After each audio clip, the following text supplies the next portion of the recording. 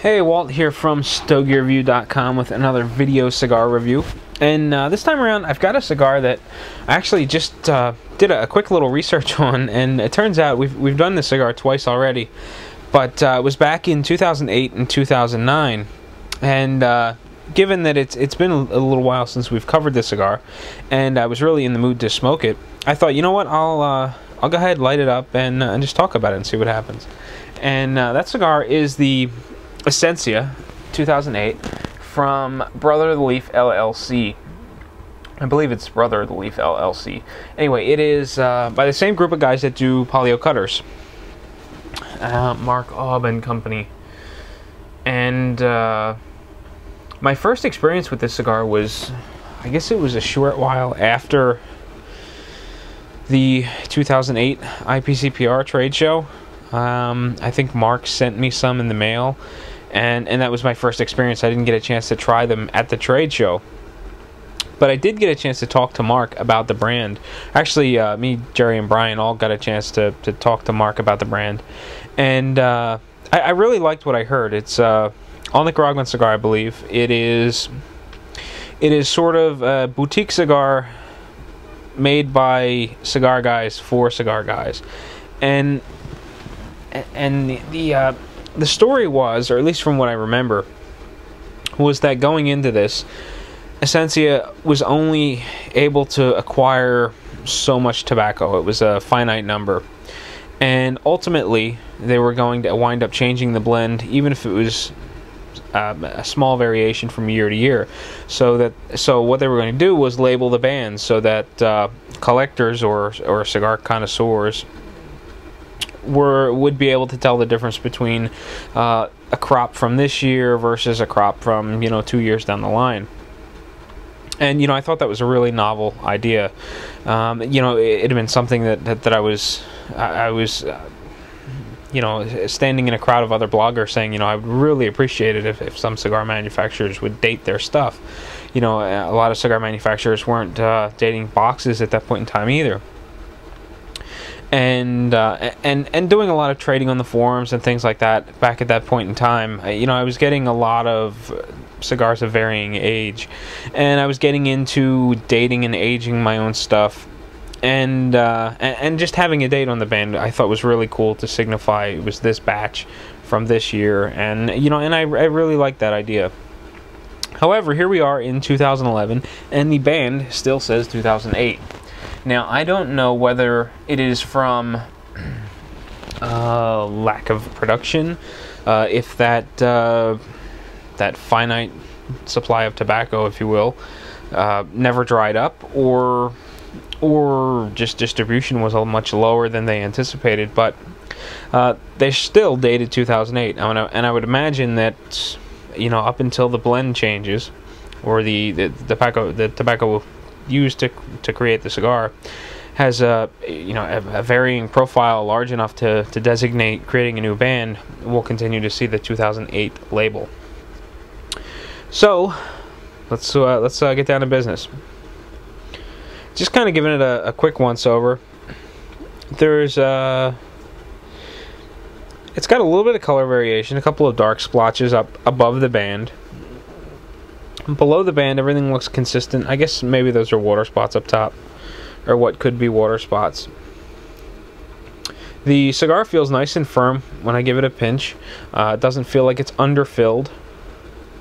It's got a bit of a spring to it, but it doesn't feel soft and mushy. So far, it's looking very good.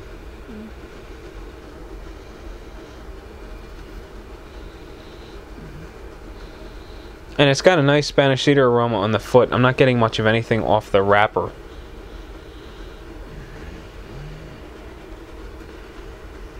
The cap is really shallow. It doesn't roll much over the shoulder. But we'll see what kind of if that leads to any problems. Sometimes when the caps are really shallow, they tend to pop off.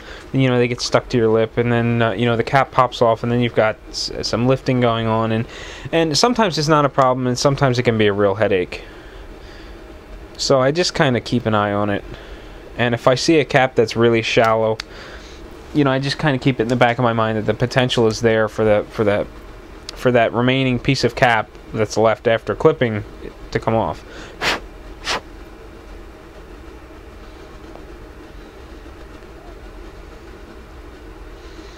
And it's got a really nice Spanish cedar flavor to it on the cold draw too. And it's like, you know, when you open up your desktop humidor and that Spanish cedar aroma just sort of lifts out. It's very pleasant. I'm getting the same thing out of the cigar, and so far it's off to a fantastic start. And we haven't even lit it yet. So now, up until recently, I had never seen these cigars in a cigar shop. The few times that I had smoked them, they were gifted to me, and I think I may have ordered a 5-pack at one point in time. But just recently, Sir Stogie's in Gilbertsville, a shop that I've been sort of visiting here and there with Kensington closing, I noticed that they had a box in, and they were carrying polio cutters because several customers were asking about these polio cutters. And I guess when they got to ordering the cutters, they got to talking to whoever was handling the sales, and they decided to bring the cigars in as well. And I think this what I would imagine is more of like a Cuban Corona size runs me about $7. I think it might be like $6.80 or $6.75, something like that. But I've been picking them up from time to time when I stop in. It's actually one of the few cigars that he has in stock that I typically go to when I walk in. I try to keep my rotation as diverse as possible under normal circumstances, but there's a couple of cigars that he has in the humidor that I tend to gravitate towards, the La Aurora 107 Corona and the Esencia.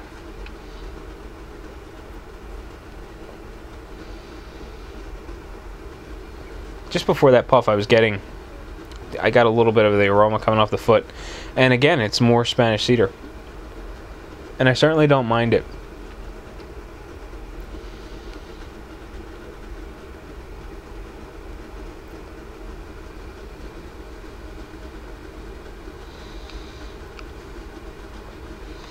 It's got that nice heavy Nicaraguan zing to it through the sinus. It's got a nice creamy finish. It's coating the palate well. Lots of smoke, excellent draw, good smoke volume, smoke density. So far we're off to a really good start. I'm not getting a real defined flavor jumping out at me just yet. It's just kind of like Nicaraguan tobacco and Spanish cedar muddy combination, but I would imagine that's going to clear up as I get into the cigar a little bit. The foot always tends to produce a muddled kind of flavor for me, and and the crispness and sharpness of the flavor profile doesn't pick up until you get a little bit further in. So we're off to a great start, and I'm going to take a quick break. I'll be back, and we'll take a look at the first third of my Esencia 2008. Well, I'm back, and I'm working my way through the first third, and I've ran into a little bit of burn problems on my Esencia 2008. And I kind of knocked the ash off to try to relight and get a fresh start. As you can see, I've got a bit of a hole in the filler. It was more defined before I kind of scraped the ash off and tried relighting. But this is one of those things where it happens to the best of them. Eventually you're always going to get a cigar that does this, regardless of the line. And I would like to have another cigar to light up and start this review anew, but I don't have any more. This is my last one, and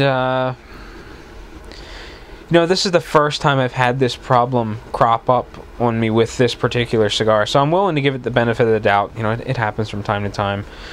With some brands it's more frequent than others, and the explanation is kind of interesting. You can't always take stock in what someone tells you certain problems may be. I remember, I guess it was a couple of years ago, I was experiencing some trouble with tar in cigars, and I gathered up a couple of pictures and I emailed them to a manufacturer. I said, hey, look, you've always given me a straight answer before. Would you be willing to help me out, explain to me what's causing this tar? And the response I got was a little on the disheartening side. They said that you know, you can't publicize this because, you know, the people in the accessory industry will crucify me, but it's the punch. You know, I see you use the punch on the end of the cigar. That is what draws out the tar. That's your problem. Stop using a punch and you'll never have that problem again. And I knew that was, while it may have sort of been true to an extent, you know, I had experienced the problem using straight cut, V-cut, so I knew it wasn't the accessory that was causing the problem. And then so I reached out to another manufacturer, and he was real honest with me. He said, I don't know what causes it. It's vile and disgusting, but you know, I'll get in touch with the factory in Nicaragua, and I'll do my best to get you an answer. And sure enough, about a week later, I got a response that they believe it's some moisture trapped in the veins within the filler tobaccos, and as it heats up, you get, and suction as you're drawing through the cigar, you're wicking that moisture through and you're getting tar.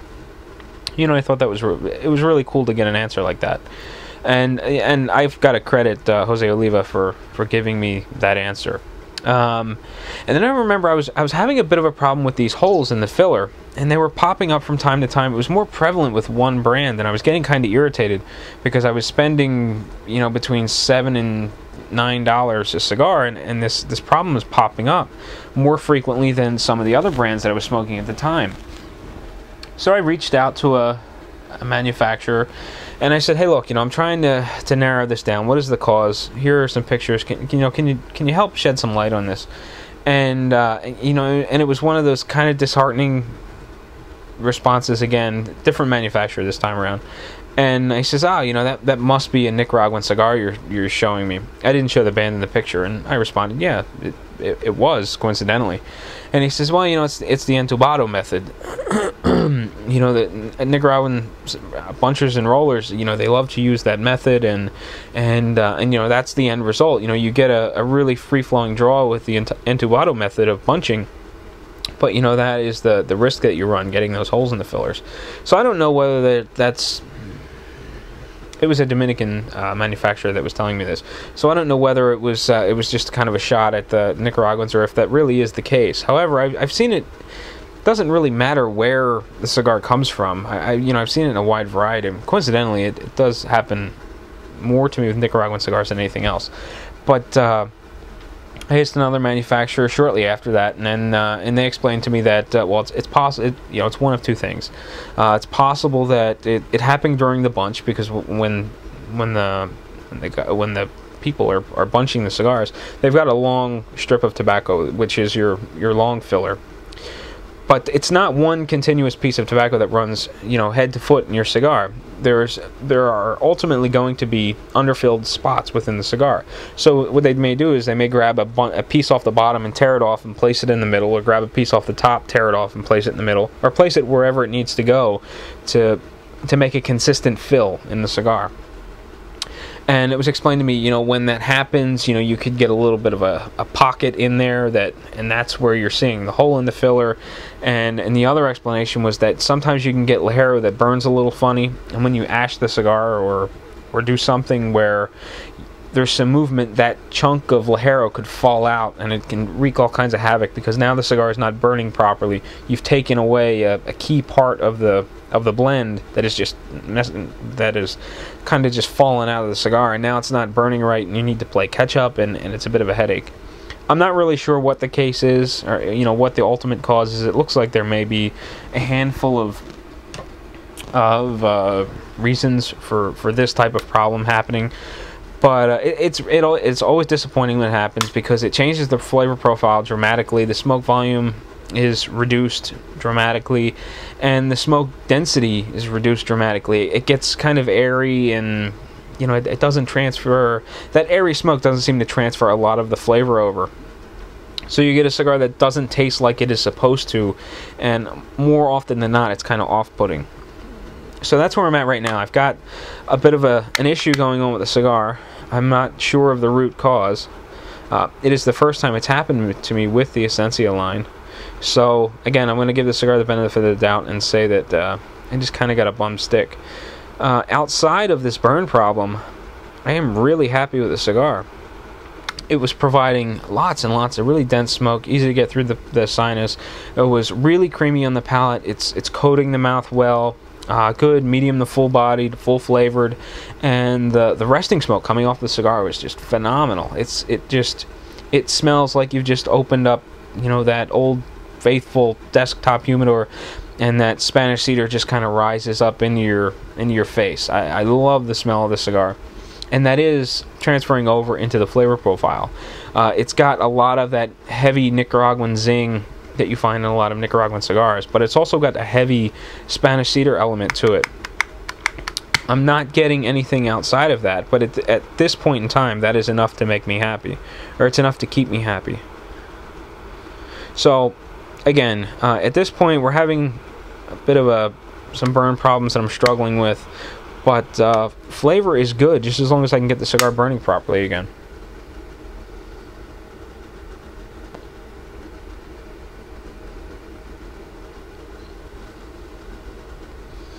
And all that talking and letting the cigar go completely out seems to have helped considerably. I mean, it's still not burning completely right, but it's on the right track. So I'm going to take a break. I'm going to smoke this cigar a little bit more, see if we can get past that bit of an issue, and then I'll be back. We'll take a look at the second third, and we'll go from there. Well, I'm back, and you know, I'm usually not the type of person that can sit here with a cigar in my mouth or a cigar clenched in my teeth and just kind of hang out. You know, a lot of times I wind up like slobbering all over the cigar, and it's a mess. So I just don't do it. It's just to keep things neat and to be able to talk in the event that I'm talking to the camera. I don't generally sort of keep it clenched in my teeth. However, you know, keeping it that close to your face, I just really like the resting, or the room aroma coming, the resting smoke, the aroma of the resting smoke coming off the end of the cigar. It just has an incredible Spanish cedar aroma, and you know, I just can't get enough of it. It's really impressive. As you can see, the cigar is burning fairly well. We're back in, you know, we're beyond that hole in the filler, and we're back to burning properly. The ashes got a bit of a twist to it, but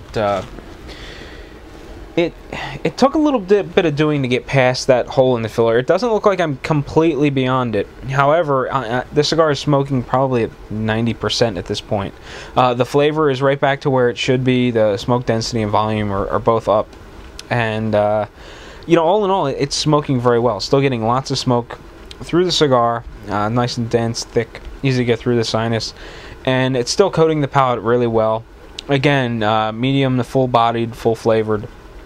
The flavor hasn't changed that much. I'm getting more of that Spanish cedar aroma, or that Spanish cedar flavor, and that spicy Nicaraguan zing has calmed down a little bit. But those are the two core flavor profiles that I'm getting. I'm not really getting anything else. I'm just so enamored with the Spanish cedar smell coming off the cigar. I haven't really tried to dig deep in the cigar and pick up any additional flavors.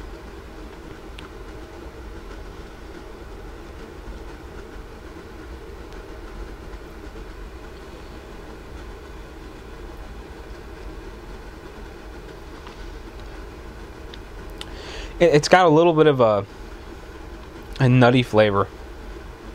It's kind of got like I don't know, maybe that dry kind of bitterness that you get out of like a walnut.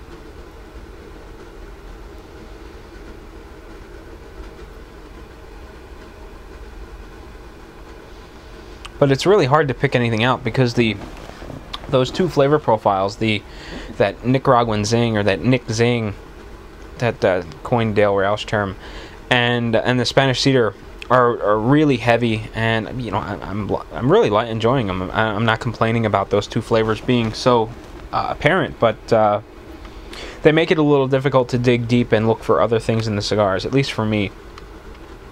But you know, I really don't want to sound like I'm beating a dead horse, so you know, I think this little piece of the review is going to be relatively short because there really hasn't been much change in the stick. You know, we're cigars back to burning properly, and there really hasn't been any change. So sit tight, I'll be back, pop the band off, and we'll take a look at the final third. I'll wrap up the review, and I'll let you be on your way, and we'll see just how close to about a half an hour we're going to be, because it's looking like it's going to be about a half an hour review. But sit tight. Well, I am back, and it's about time to start wrapping up my Esencia 2008, and having a little bit of difficulty getting into focus. We had daylight earlier on in the review, but the sun has gone down, and that means that right in front of the camera is a bit dark. But as you can see, the burn line's a little wavy, but it's really not too much of a problem. It's fairly thin, it's nice and crisp. The ash is a bit dark. It seems to change throughout. Earlier on the cigar it was a bit lighter. Now it's running a bit darker, but it holds a nice compacted shape. You saw earlier it does some goofy kind of things where it kind of twists and curls, but it holds on nice and strong. I haven't had anything fall in my lap as of yet. I seem to be 100% past that problematic burn with the hole in the filler. And the cigar is smoking very well. Lots of dense smoke, easy to get through the sinus. It coats the palate well, and when you retrohale the smoke, when you sort of push it up and through the sinus, you're left with a really long, lingering Spanish cedar aroma. You know, between that and the smoke rising off the cigar, I'm going to have that Spanish cedar smell stuck in my head for days, it seems. It's a smell that I really don't mind at all, and I find it quite pleasant. That same Spanish cedar flavor or aroma comes through in the flavor profile, and it's really starting to overshadow that Nicaraguan zing, both of which I like very much. They kind of play back and forth with one another, and they seem to work really well together. That kind of bitter walnut flavor that I was getting it comes and goes. And again, it's really difficult to notice underneath all of those heavy, rich flavors. Now, covered the burning characteristics, the flavor, past the burn problem. So I guess it's kind of safe to wrap this up. Now, for this entire review, I've been pairing it with a little bit of Zaya rum. Now, you know, it's these heavy Nicaraguan or rich Nicaraguan flavored cigars that have that Nicaraguan zing flavor profile to them.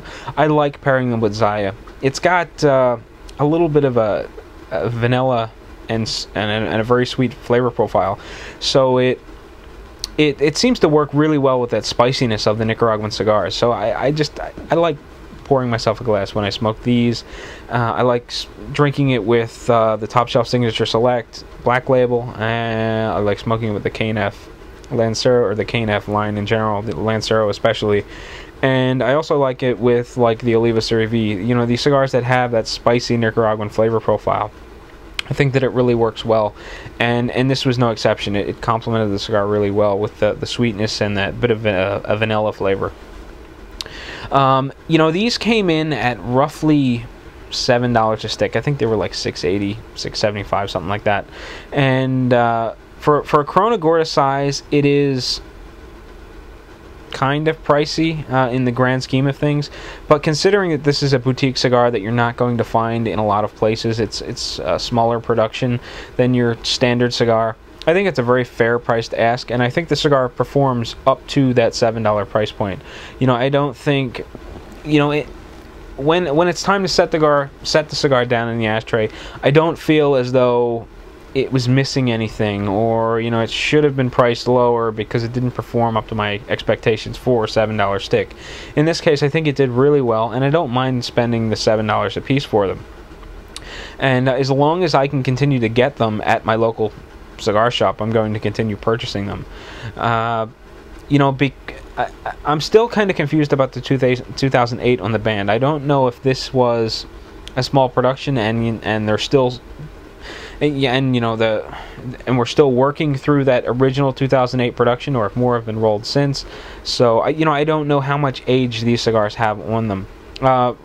Regardless of age, you know, I really do enjoy them, and a lot of times I'll go down to the cigar shop, I'll pick one out of the box, and I'll light it up right then and there, and you know, and I get the same level of enjoyment out of it, even if I were to leave it kind of sit and acclimate in my humidor to my preferred relative humidity, which is like 65, I still enjoy it just as much. So the cigars perform really well. I'm happy with them. I don't mind spending $7 a piece for them.